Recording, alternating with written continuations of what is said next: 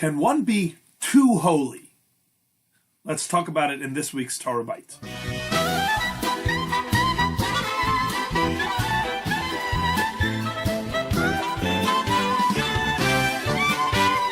Shalom Aleichem Internet, my name is Rabbi Sandra Gazinski, and here is the weekly Torahbyte. This week's Torah portion is Parshat Acharei Mot, which means after the death. We are revisiting a very tragic and often misunderstood story that takes place a couple of Torah portions ago, in which, upon completion of the tabernacle in the desert, and the whole fanfare surrounding it, Moshe and Aaron ready to enter in and serve in the tabernacle as prescribed by God, the two sons of Aaron, Nadav and Avihu, preempt Moshe and Aaron and enter into the Holy of Holies with, as the Torah describes, a foreign fire, upon which a fire descends from heaven, consumes them, they die on the spot, and they need to be dragged out. Moshe consoles Aaron at that time and also cautions him about what is proper conduct in the temple and the tabernacle. This week's Torah portion opens up again, once again telling this, referring back to the story, and has further instructions to Aaron about the way one is meant to serve in the tabernacle, in the Mikdash, or in this case the Mishkan, and when is the only time in the year that Aaron, the high priest, is in fact allowed to enter into the Holy of Holies, the day of Yom Kippur, and how that service is meant to be done. Now, I said that this story is very often misunderstood. And it's important to clarify exactly what occurred here in this story so that we also understand what the lesson is to us.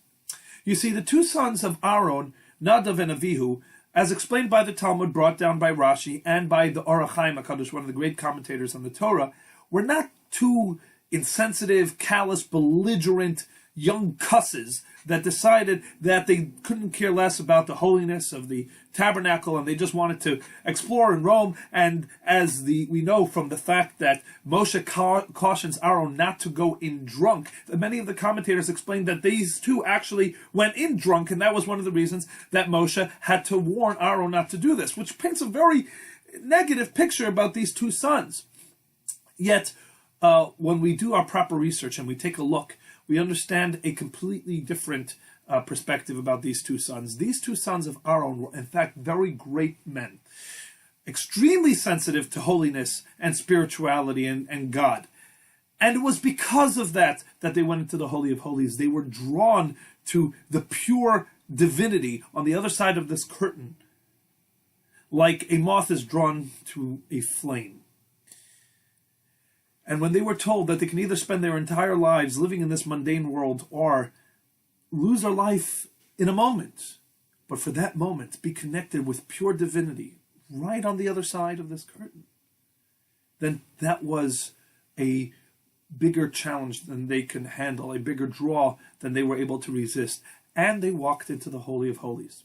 Now we have a better understanding of what it means that they went in with a foreign fire. It doesn't just mean they went in with a sacrifice and incense that wasn't desired by God. They went in with a passion, with a fire, which was foreign. It was not called for. And this also gives us a better understanding of what it means that they were drunk. They were not drunk because they were knocking back shots. They were drunk in the way we say one is drunk with love, where you are beyond your capacity and your limitations and your otherwise regulated, in a sense, lifestyle because of your love. And in this case, they were drunk with love for God, or drunk on their passion to connect with divinity. Now we understand what the message in this week's Torah portion.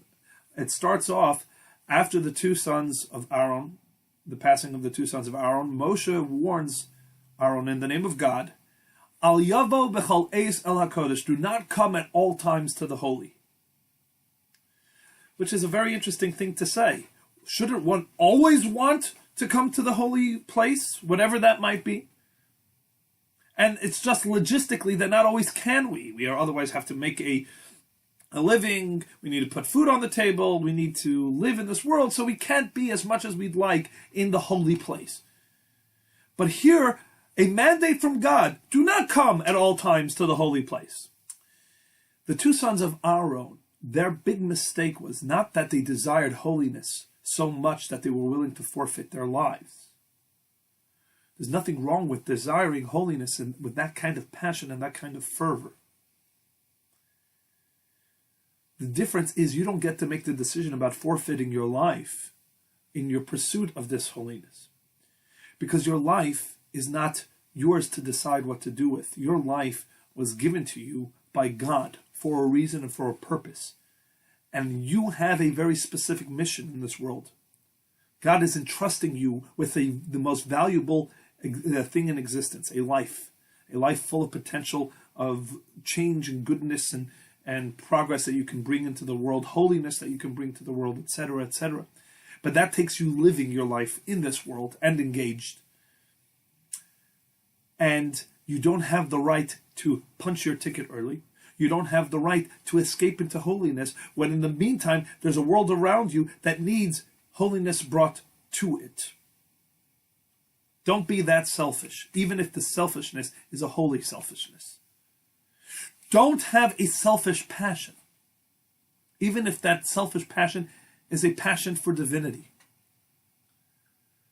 Rather, go out, do what you need to do, follow the game plan, because the world is counting on it. And we can each find out what this means in our own lives. You can have a good passion. You can have a passion that is holy. And it might be too much. If this passion becomes all-consuming and therefore holds you back from doing what you need to do to make this world, your family, even yourself a better person, because you're too caught up in this specific element of holy passion. Which means at that point that you're not serving God with that passion, as holy as it may be. You're serving yourself and your desires with that passion. And so God tells Aaron, holiness is important and holiness is holiness. But al yava b'chol eis ala kodesh. Do not allow this desire for holiness to consume you entirely so that there is nothing left of you to serve your purpose. Do not get too caught up in whatever it is that you desire, even if what you desire is good and holy, so that you are not aware of what others desire or need from you. That is the message of this week's Torah portion, one of the many. May we go out and make this an effort this week, and I wish you all a wonderful Shabbos.